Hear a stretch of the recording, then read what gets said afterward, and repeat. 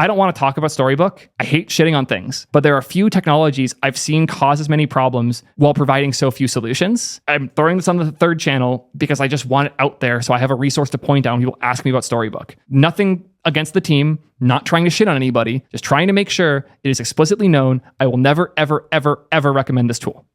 Cool. Storybook has wasted so much effort and development time, infinitely more than it could ever possibly have saved, and has introduced some of the worst development loops and bad practices that I've ever seen in my career. It's horrifying. I've never seen Storybook used in a code base in a way that didn't cause 10x the problems it solves. Storybook is meant to be a workshop for your components. You mount all your components in their little UI to play with the components and their props. This encourages a few things. First, it encourages developers to not actually work in their code base. Instead, they work in Storybook and they don't know if it works in the code base or not. Have you ever seen a code base or used an app where all the elements look really nice, but they don't play together at fucking all? There's a good chance it was built in something like this. And I've worked on teams where you could not convince the developers to actually open up the app and mount things in it. They just did everything in Storybook. And when it didn't work, they'd say, oh, but look, the Storybook, it shows it working. It's like, yeah, cool. Put it in the fucking app. Yeah. So that's like the bad practice it encourages. It goes way deeper though, because the thing doesn't fucking work.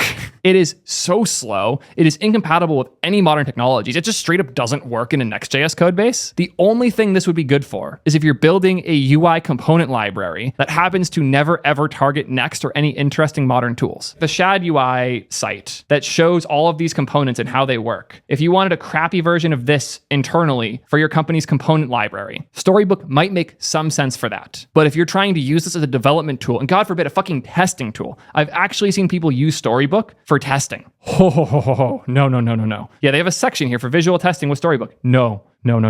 Some of the worst experiences I've ever had, not even like using it. Like I barely use Storybook, but the teams that use Storybook were some of the worst developers to work with ever. Not even talking about their engineering skill. Just the likelihood that anything they built worked was near zero because they built it in this stupid fucking thing.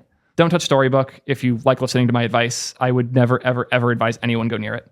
Here's a code base that's in Next.js. So I can't use Storybook on this because it's Next.js. So here's what I do instead. I go to my router. Now I have a folder named Sandbox with a page.tsx. Usually I'll auth this in some way, but I'm being lazy for the sake of the demo here. Export default function Sandbox page. Cool. Now I have Sandbox.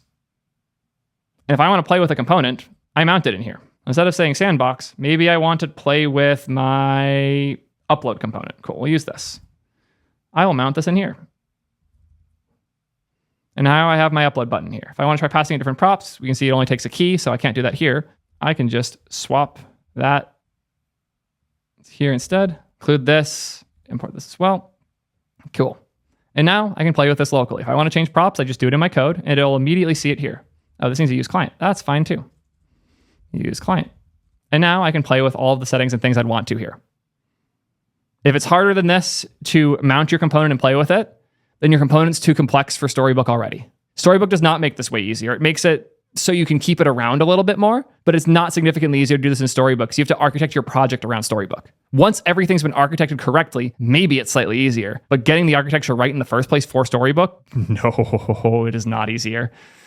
So yeah, that's how I do this. I make a route on my project that's a sandbox that I use to play with individual components on the rare chances that I actually need to play with a component by itself. Usually when I'm working on components, I'm working on them within a specific context, which is what I usually do. Like I'm not working on an upload button to be reused everywhere. I'm working on the upload button that's mounted right here. And since I'm working on the button right here, I just work on the page that has that button. So that's my thoughts on how to use or not use or play with alternatives to Storybook. I know a few people are starting to experiment with the idea of a proper from scratch alternative to Storybook. It's time. It is possible for something like Storybook to not suck as hard as it does, but changes have to happen for that to be the case. Yeah, this is my issue with Storybook. Like, as soon as you force the separation, you're giving up part of React. Like, Storybook feels like it was built by Angular people that are big on MVC. And if you have a UI component layer that is just UI components, like a button component or a list component or a drop-down component, and you want a place to visualize like those 15 reused pieces, Storybook sounds like a really good solution. If it wasn't so broken, it was built for that. But when you're mounting things like the user card or the chat or actual, if you have a component that's used in less than 2 places and it's also in your Storybook, you're using Storybook wrong, fundamentally. And please keep that shit away from my code bases.